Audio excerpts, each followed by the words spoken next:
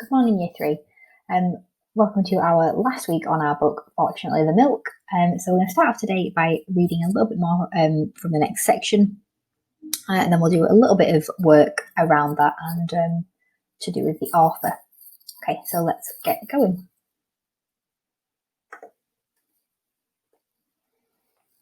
I am Professor Steg, boomed the Stegosaurus. This is my assistant. We are on an important mission. I am trying to get back to the present. My assistant is trying to get home to the future for breakfast. At the word breakfast, all the umpires looked very excited. We have not had our breakfast, they told us. We normally have wiggly worms with orange juice on them.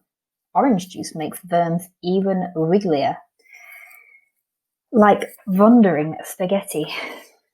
But if we cannot eat worms, we will eat assistant or even roast professor. One of the umpires took out a fork and looked me up and down in a hungry sort of way. The baldest, most bulgy-eyed, rattiest of the umpires said, "What is this box?" "It is my finest invention," began Professor Steg proudly, but I interrupted. "It is to keep sandwiches in," I said. "Sandwiches?" said the umpire. "Sandwiches," I said, with as much certainty as I could muster.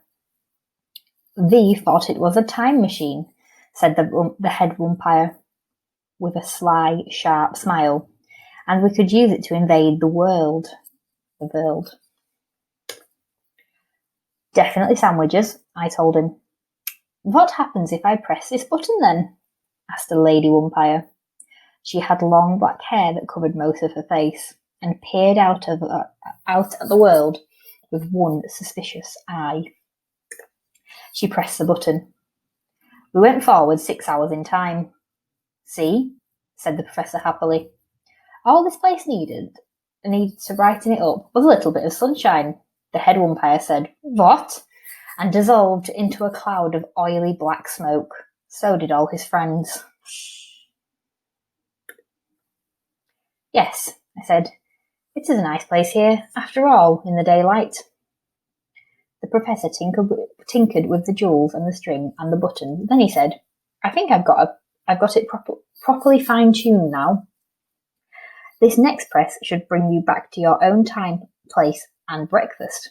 But before the tip of his tail could touch the button, a voice said, "I'll explain later. Fate of the world at stake." A hand grabbed, and the milk which I had carried safely for so long was gone. I turned in time to catch a glimpse of a fine-looking gentleman with his back to me, holding my milk. And then the hole in space through which he had reached was closed. "My milk!" "He said he'd explain later," said the professor. I'd be inclined to believe him. The hole in space opened again. A voice shouted, "Catch!" and the milk came rocketing through. Fortunately, the milk struck me in the stomach, and in clutching my hands to my belly, I caught the milk. "There," said the professor. "Everything is back to normal." "He did say he'd explain later," I pointed out, "and that wasn't much of an explanation." "But it's not later yet," said Professor Steg. "It's still now. It won't be later until later." He was arranging pebbles and stones and string on the top of the time machine box. "Final coordinates entered," he said, "and then it's off to your house for breakfast." "Does that mean there is a stegosaurus in a hot air balloon outside?" I asked my dad. "There is not," he said, "for reasons that will become apparent." "I think that there should have been some nice umpires," said my sister wistfully. "Nice, handsome, misunderstood umpires." "There were not," said my father. "Would you like to press the button?" said Professor Steg. I pressed the red button. There was an ear-popping noise and a flicker of years, and I was floating in a balloon basket above the corner of Marshall Road and Fletcher Lane. I could see our house from above. I could see the bicycles in the back garden. I could see the rabbit hutch. "We're here," I said, and I patted Professor Steg on the back ridged plates. "It was very nice having you as a travel companion," said the professor, because there was a familiar sort of thum-thum noise and before I had a chance to press the red button, we were deposited, balloon and all, on the enormous metal deck of a flying saucer, with a number of very grumpy-looking green globby people staring at us with too many eyes. They did not look pleased. "Ha ha!" said several green globby people at the same time. "You thought you had escaped from us, and you were wrong. Now you must sign the planet over to us so that we can remodel it. We will take out all of the trees for a start and put in plastic flamingos." "Why?" "We like plastic flamingos. We think they are the highest and finest art form that Earth has ever achieved. And they are tidier than trees. Also, we are going to replace the clouds with scented candles." "We like scented candles too," explained a huge green globby person who looked like he was mostly made of snot. "We also like decorative plates," said another. "We will put a decorative plate up where the moon is now. A really big decorative plate showing landmarks of the world. And we will then replace all the landmarks of the world with decorative plates with pictures of landmarks on them too. So the Eiffel Tower will be replaced by a large plate with a picture of the Eiffel Tower on it. And Australia will be replaced by a seriously big plate with Australia on it. Also, we will replace all of your mountains with embroidered cushions," said the smallest globbiest thing of all, with triumph in its gluttonous voice. "We have learned a lot from our previous meeting," said some globs that were sticking to a wall. "If you look over there, you will see that the door to the space-time continuum you used to escape through last time is now securely locked." It was definitely locked. It had a huge padlock on it and a sign saying "Keep Out" on it in unfriendly red letters. There were also chains around it, a tape that said "Do not cross" and a handwritten notice that said "For your convenience, please use another door." Escape was impossible. "Also, we have depowered your time machine." I looked at the professor. His armoured back flaps were drooping, and his tail was, well, not actually between his legs, because stegosauruses aren't made that way. But if they were, it would have been. "We have been tracking your movements through time and space," said a large globby alien in front of a console with a screen on it. "Now, see what happens when I press this Grundledorfer," said a particularly drippy alien. It was half sticking to the wall, next to a large, black, shiny button. "It's called a button," I said. "Nonsense. We named it after our brood aunt, Nessie Grundledorfer," said the globby aliens. The particularly drippy alien pressed the black button on the metal wall with something that might have been a finger, and might have just been a long strand of snot. There was a crackle. There was a fizz. Standing around us in attitudes of anger and irritation were several pirates, some of the black-haired people from the jungle, a very unhappy-looking volcano god, a large bowl filled with piranhas, and some umpires. "I'm not sure that I understand what the piranhas are doing," said my sister. "They were from my narrow escape earlier that I forgot to mention," said our father. "Fortunately, the milk floated at a crucial moment, and it all ended for the best." "I thought it might," I said. "Uh-oh," I said. "Prepare to be keel-hauled, you scurvy dogs," shouted the pirates. "Let us now sacrifice them both to Great Splod," shouted the people with the shiny black hair. "They stole my eye." "Twice," rumbled mighty Splod. "Vivants those villains and vermints violently wound up," proclaimed a tall lady umpire with long fingernails. The piranhas said nothing, but they thrashed about in their bowl ominously. "Doomed," moaned Professor Steg. "We cannot escape. They have frozen us in time and depowered us. Even my mighty time machine can do no more than open a small window to time and space, smaller than either of us could get through." "But you can do it?" I asked. "Open a little window in time to our last location?" "Of course. But what good would it do?" "Quickly," I said. "Do it." Professor Steg pushed the button on the box with the tip of his nose.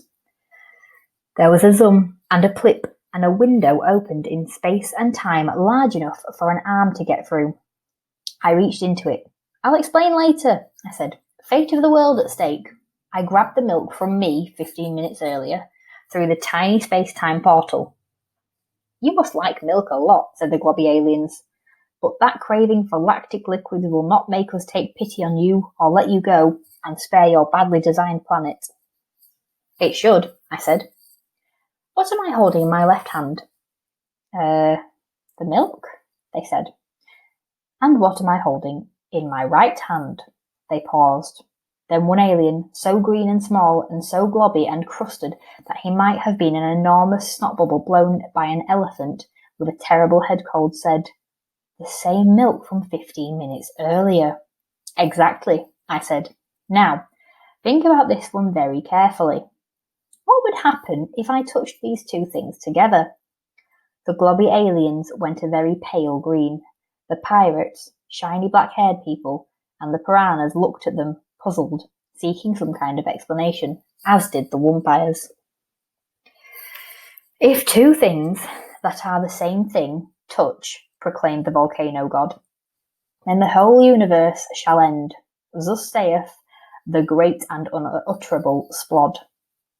How does a volcano know so much about trans-temporal metascience? Asked one of the pale green aliens. Being a geological formation gives you a lot of time to think, said Splod. Also, I subscribe to a number of learned journals. I coughed, in what I hoped was the most ominous sort of way. Well, I asked. What he said, admitted the green globby aliens. The bit about the universe ending. So, I told them, unless you wish to spend the rest of your lives in a universe that no longer exists, you had better return things to the way they were and then go away. The aliens looked at each other. They grinned at each other. One of them pressed the Grundledorfer.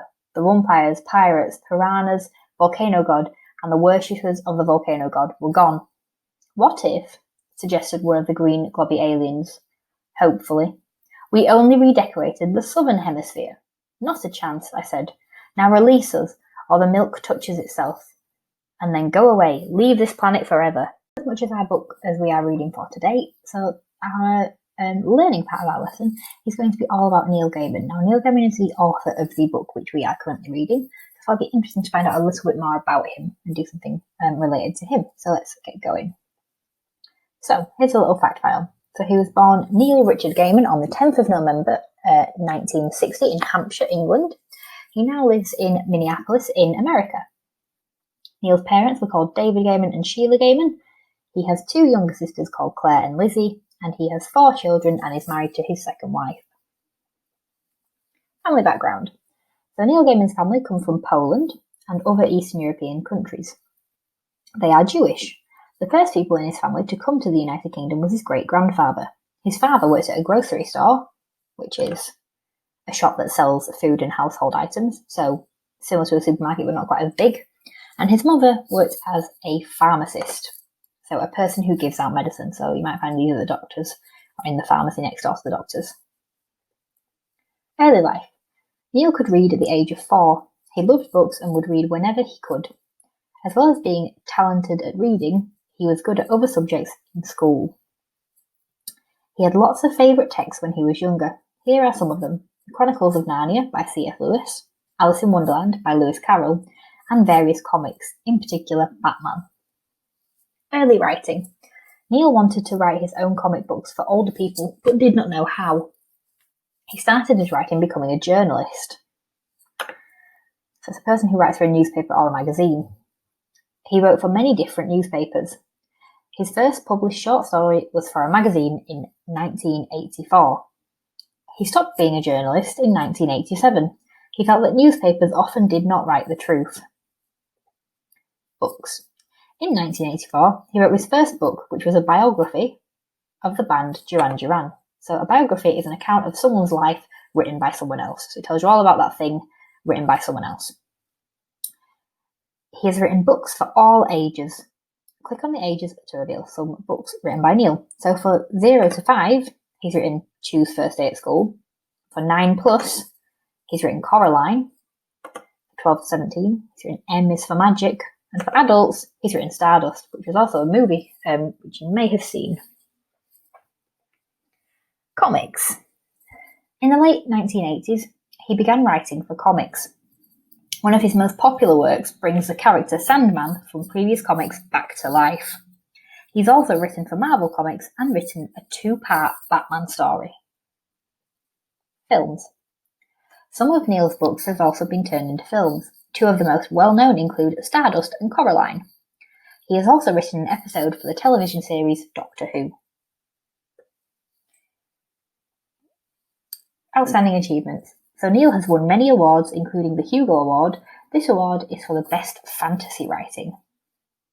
His book, The Ocean at the End of the Lane, was voted Book of the Year in 2013. He is the first author to have received the Newbery and Carnegie medals. It was for the Graveyard Book. Current life. So Neil currently lives with his second wife in America, and he continues to write stories and comics. So he wrote The Wolves in the Wall in 2003, that's a book we looked at earlier in the year, and Fortunately the Milk in 2013.